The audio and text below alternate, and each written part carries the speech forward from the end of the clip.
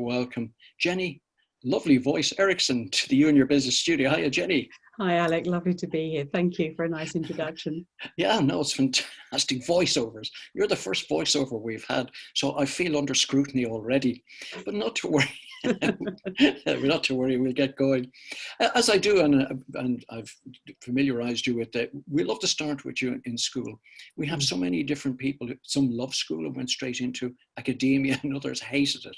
How did you fit with school? School for me was a bit of a nightmare. I went to what was known as the horrible school down the road. So huge overflow, so many students, and I just couldn't find my purpose in school. I had a great support with my grandparents who thought I was the most wonderful person ever. And as I was approaching that time when we were looking at A-levels and future careers, etc., they died within a month of each other. So wow, that's I sad, lost my support group very quickly and hence lost my direction. So started with 4 A-levels that didn't have any particular meaning, that I just happened to be good at the subject. But then one day found myself in the headmistress's office saying, I'm going home. I'm not coming back. And I don't know where that came from, but literally I just couldn't see the point in turning up another day with no purpose. And I was lucky in as much as, although a couple of months had passed, my mum, bless her, had actually called a lot of community colleges to see if she could get me in on a secretarial course, and one took a chance on me. They were full, but they said she can come along. It was out of the area actually, and it was several bus rides to get there. But my mum said, well, at least if you have a secretarial course, you've something to fall back on. And indeed, she was right. I took the private secretary certificate, and out of 20 students, only a couple of us passed, and one of them was me. So it actually did set me up to have something that I could do, but it wasn't really my choice, but it was something at least. Yeah, it's amazing where you found that sort of inner strength just to say one day, I'm changing my life, and that's just it. I've had enough of this one. For sure. And my work at the moment, I very much cheerlead people simply because I remember how important it was to have cheerleaders in my corner. At least my grandparents didn't have the education they would have liked, but they were a great support structure in terms of my being able to bounce ideas off them. And having that is so important, for sure. Yes, it is. And I don't think people recognize the need to have that sort of support structure around them, particularly when things get a bit difficult. Exactly. So what happened next? Where's Jennie off to next? So what happened next? Yes, with my clutching my secretarial certification, my first job was actually with Tesco. So I actually got to, which was really nice. I got to work for the fresh and frozen food buyers, which was lovely. So a world of food, which was cool. Got to try it. What part of my job was trying 20 different flavors of ice cream, which was quite nice. Somebody's got to do it, right? So. Yeah. That's where I started initially, and then I worked my way into London, working in the corporate field at chairman level, able to do the job. There's often times we can do something well, but it doesn't mean we love doing it. So I was very much a means to an end, but I hadn't found my passion by any means. And I think that's important too, because a lot of the guests that come on the show find themselves marking time in an industry. Maybe that doesn't really suit them, but at least they recognize I have to earn some money, so I'll wait till the right opportunity comes and then move. Exactly. And I found myself in a failed relationship. That's another chapter for another time, but right. moving to the north to be with somebody who wasn't Mr. Right after all. However, that was when I had more time with performing arts. I love performing arts. I've always loved performing, being on stage. So I joined an amateur dramatics group, loved that. And as I say, as it turned out, there was Mr. Wrong, but Mr. Right was there. So as I was working in my secretarial capacity, a handsome young man came along into our company one day who was doing a feasibility study to see whether our department should maybe move to Eastern Europe for a cost-cutting exercise. And it literally was, for both of us, love at first sight. I came in late, I'd been to the doctors, looked at this tall guy and thought, wow, he's wonderful. And if you hear my husband's side of the story, apparently he thought I was quite cute too. And literally within a couple of days, we'd been on our first date. So I met him on the Monday. by the Wednesday, we'd been on our first date. We'd been grocery shopping together, and he moved in with me on the Friday. Wow. And within 5 months, we were married, and that was nearly 28 years ago. Wow, what a whirlwind romance. And to think that he was turning up with the possibility of trying to sack you and a load of other people. No, right. So we fell in love instead. And actually, as it happened, it wasn't feasible for us to move. However, because we had actually then met, it was actually feasible for us as a couple to move. So we headed back down south, where we continued. I continued secretarial work, and then we had our 2 children. Right. And my husband was, as the internet started, he was one of the first people to create an internet service provider company. So I worked with him then when the children were small. And we then decided we would, because of our love of small business, we are very, very passionate about working with small businesses. We started our own community magazine, which seemed like a good idea. So really, to champion small businesses, to have a community magazine that went to 9,000 households every month, just really championing the small businesses in the area. And that's a real challenge because, I mean, you have to come up with articles. It's not just packed with ads. You have to come up with articles, photographs, interesting stories. So there's a fair amount of editorial work involved, never mind the advertising and selling of those.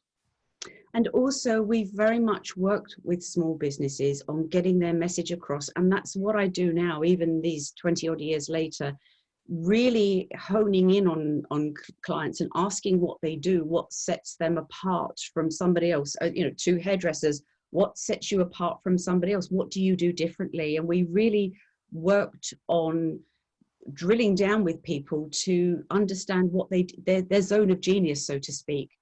And as a consequence, of course, though, we inadvertently shot ourselves in the foot because we were so passionate about what we did and we worked so hard for clients that they were able to get the clients they wanted. And of course, then didn't really need to advertise so much with us because they were maxed out with work. And at the time, we were doing everything. We, even with 2 young children, we produced the magazine. We walked it to 9,000 households in the sun, the wind, the rain, you know, eating a sandwich for dinner as we went, you know, putting community magazines in letterboxes. We literally walked out our talk, and it just, in the end, it just became untenable to carry on.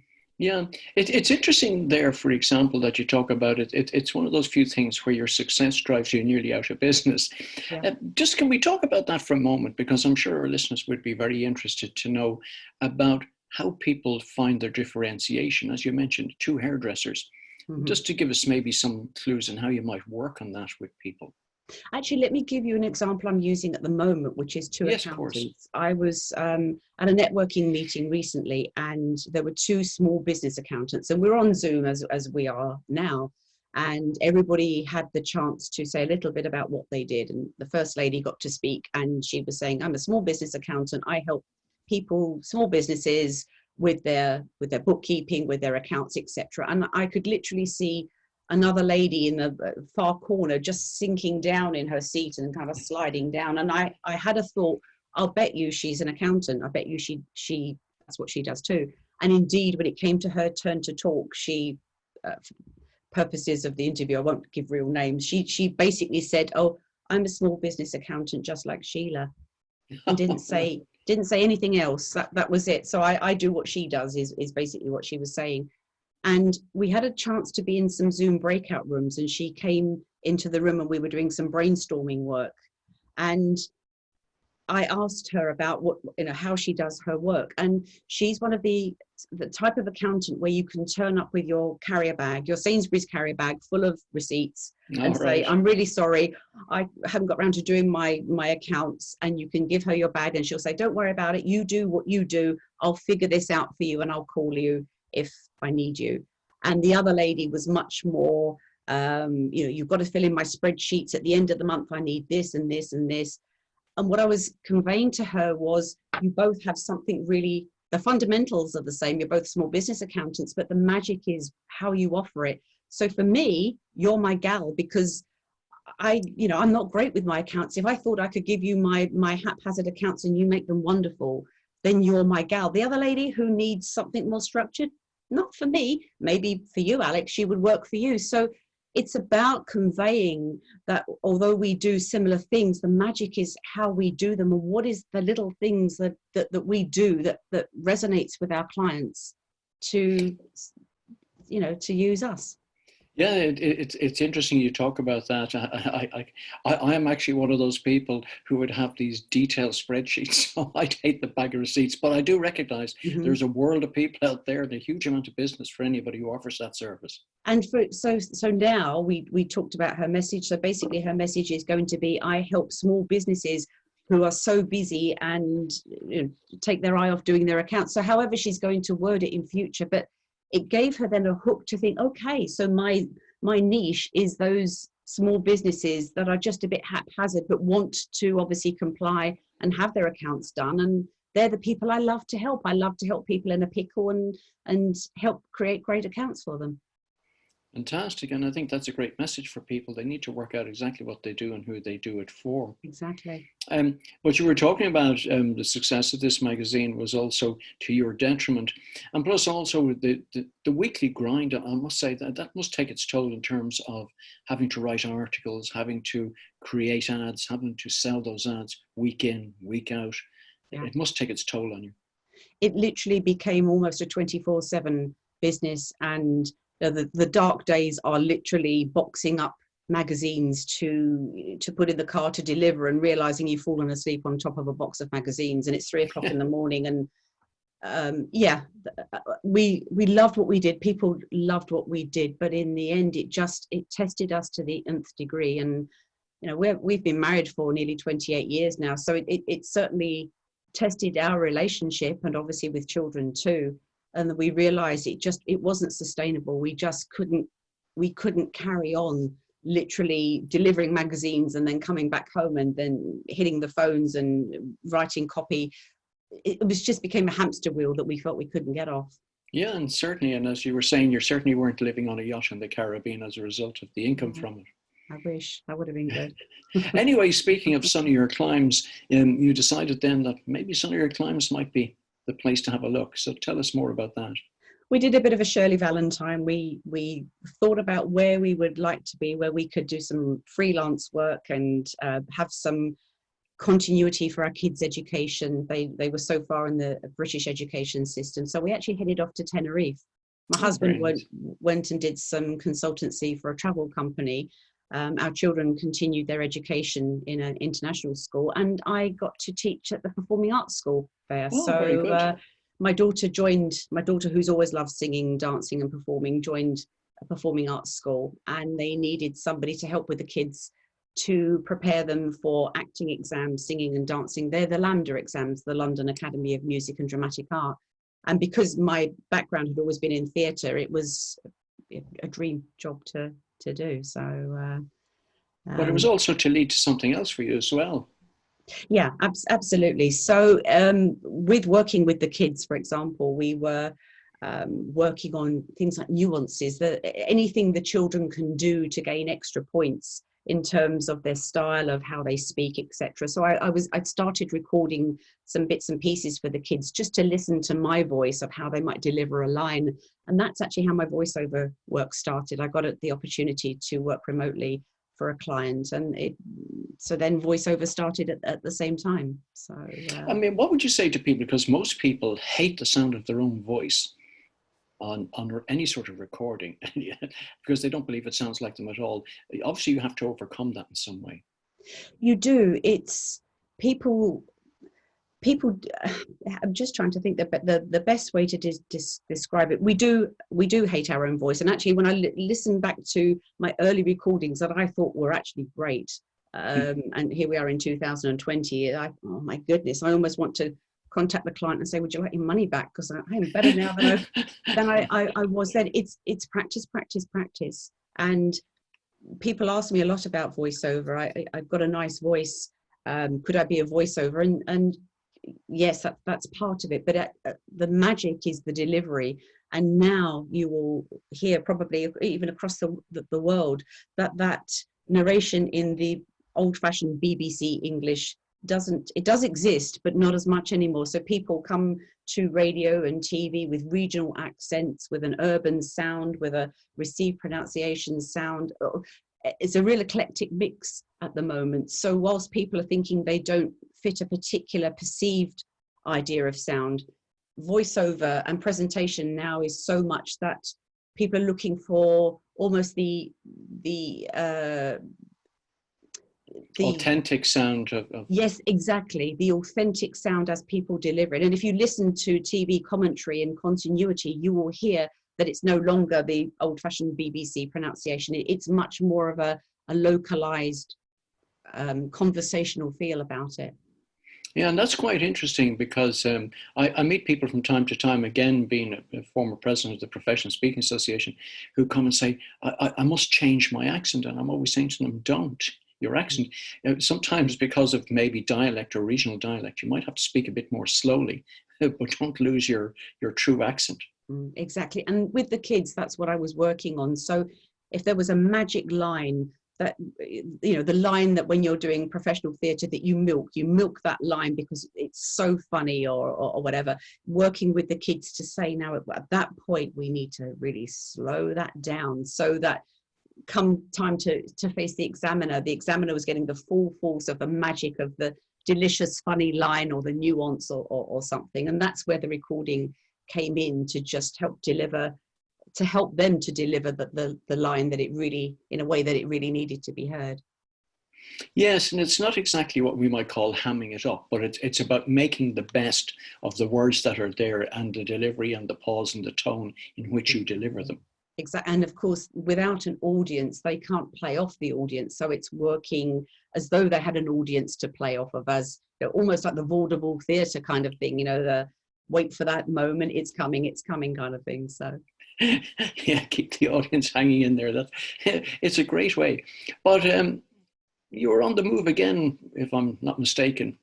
Yes, we are now based in Norway. My husband is actually Norwegian, and right. We came here. We had the opportunity to come here to help our son. Norway has a great support system for if kids want to be international students, and both of our children wanted to study overseas.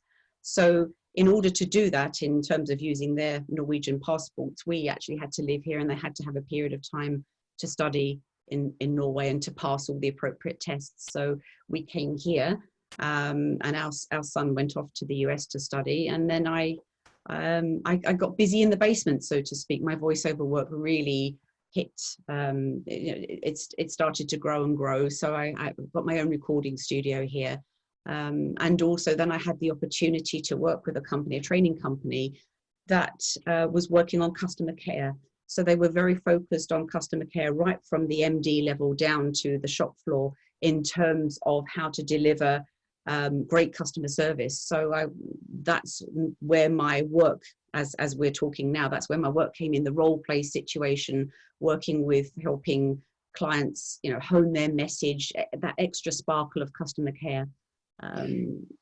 Yeah, that's amazing because you've managed to move from the UK to Tenerife and working with mainly expats who speak English.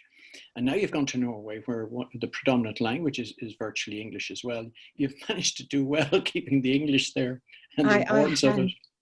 I have actually. So I only ever learned to, I'm a bit embarrassed to say, enough Spanish to get by. My Norwegian is appalling. And of course, with my name, I often get asked, could you narrate something in Norwegian? So people will say, hey, you know, you're Jennie Eriksen with a Norwegian name, could you narrate? And I'm appalling at Norwegian, so stick to the English. Isn't it funny? Because when we look at life, and this is typical of so many of my guests, how you suddenly find a journey through life takes you to where maybe your heart lies in terms of delivering a business offering to people. So now you found yourself in voiceovers, your acting and drama lessons were now coming into play, and of course customer care and role play were now happening as well. What a fantastic sort of place to end up. And so as we've found ourselves in challenging times right now, my voiceover work has now, I'm now helping people more and more find their voice. So in the situation as we're talking now, really helping clients who want to deliver their message in a medium that they're not used to. So more and more people are working in terms of Zoom and Skype, that kind of thing. So I've sort of come full circle. So instead of working with kids, I'm now working with adults to help them hone and craft their message and their presentation skills. And what are the specific challenges that you're finding, that people are finding with working in these media? People it's camera confidence. I actually wrote a 6-step guide, if you like, to camera confidence. And it's not rocket science. When you read it, you think, oh yeah, that makes sense. But it's just, it's a bit like the rabbit in the headlights situation. I think that people feel very much under scrutiny in these situations. And I just think because people are so used to turning up in person, this is a different way to be, to present yourself. And yet this is a great opportunity for people to really hone their message and get comfortable, so that when we can move about more, it's an extra, it's something extra that they have. So for example, they can meet online confidently as well as turn up in person as well. And I'll give you an example. Actually, I'm working with somebody who is actually a professional speaker, and he's had some lovely opportunities come up where he can speak in a more intimate setting. But of course, he's been used to speaking to people at the back of the room. Yes, of course. And of course, when you do that, as you know, as a professional speaker, you're looking at, row 47 because you want to engage that person equally as the person in the first row. But of course, voiceover is different to that. It's a much more intimate setting, and he's wanting to do training, so online training with people. So we've worked on bringing his message into a more intimate setting, so to speak. So it's more conversational.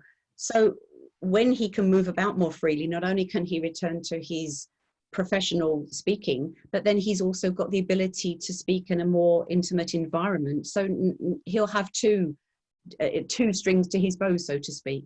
Yeah, and it's a great opportunity for people to learn new skills, and that you said, adapt to a changing environment, which we actually don't know where it's going for the short term anyway. Exactly. So in terms of, so now we're talking about camera and we're talking about voice.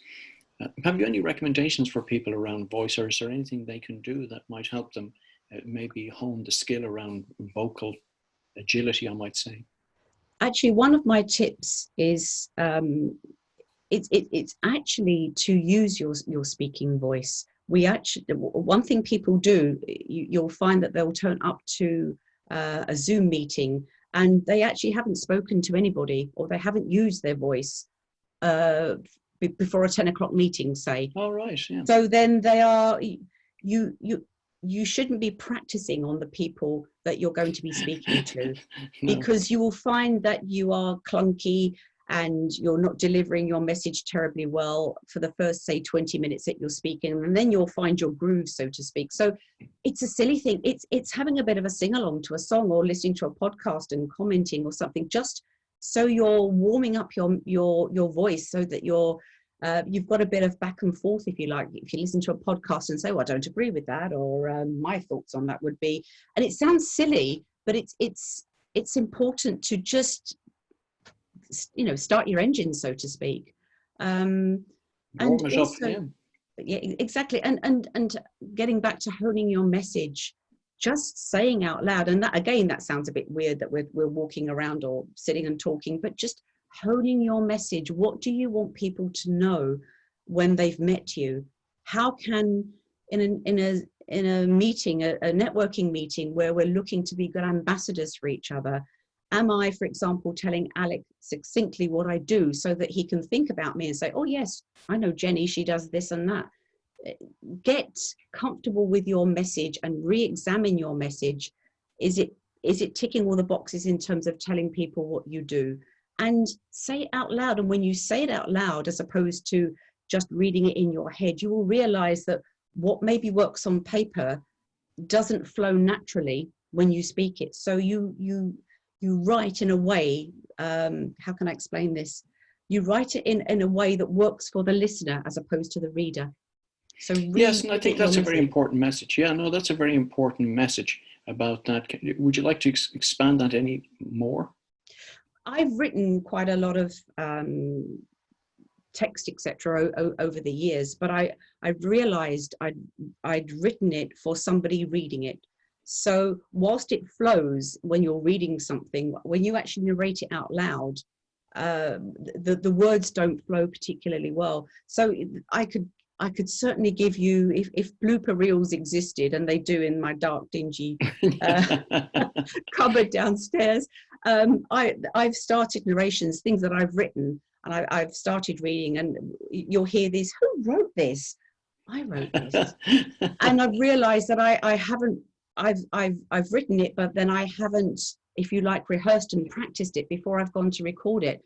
So it's really important that you speak your message and think, does that flow, and try it out on people. So people that you work with, your partners or whatever, try out your message. How does that sound? Do you understand what I do? And if you do it in a kindly and a loving environment, people will say, well, I didn't really get that, or you forgot to mention that you do that. So often we forget what we do because we're trying to hone a message and make it slick and glossy, when really and truly we're missing important elements that tell, that resonate with people, so to speak. I think it's quite interesting, again, from my experience with professional speakers.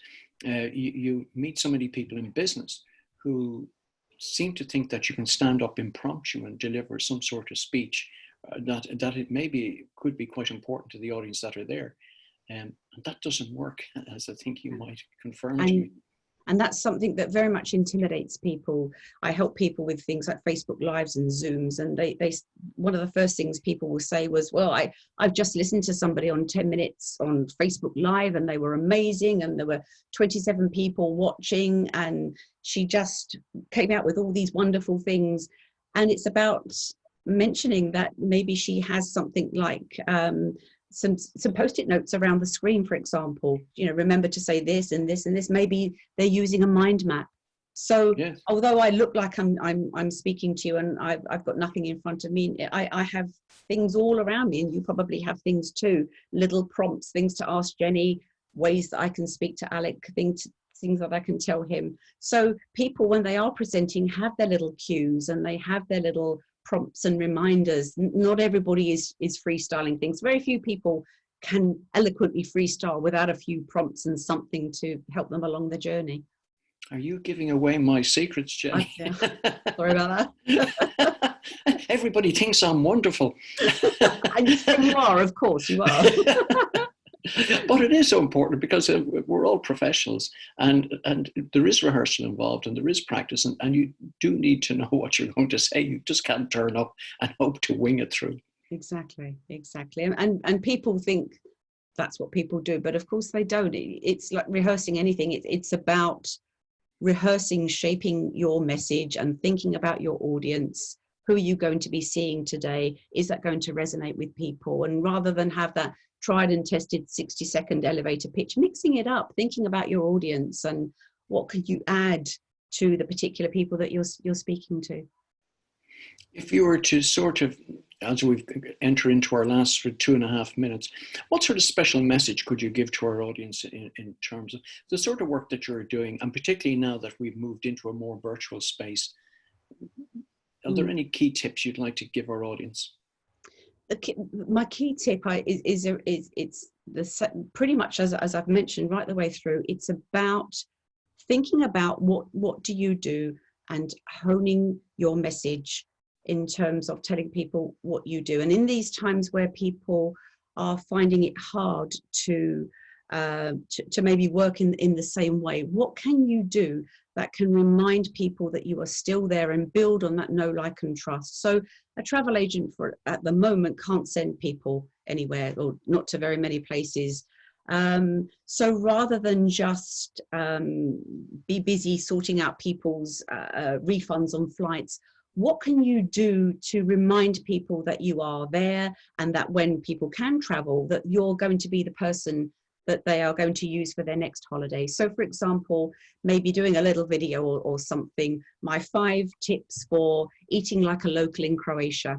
So for me personally, I want to know when I go on holiday, I want to know where local people eat. I want to know where the sticky buns are. I want to know where that little cafe is that the local people go in. And by doing that, whilst you're not able to necessarily book people on a holiday, when we can travel more, for example, that would be the person that I would go to and say, I loved the little things that you did in terms of listening to you talking about, 5 little places off the beaten track. I'd like to book my trip with you, because they've built that know, like, and trust, because they've shown their knowledge, because they've turned up even when they can't necessarily get any business at that time. So that kind of thing, keeping a presence, keeping talking about who you are and what you do.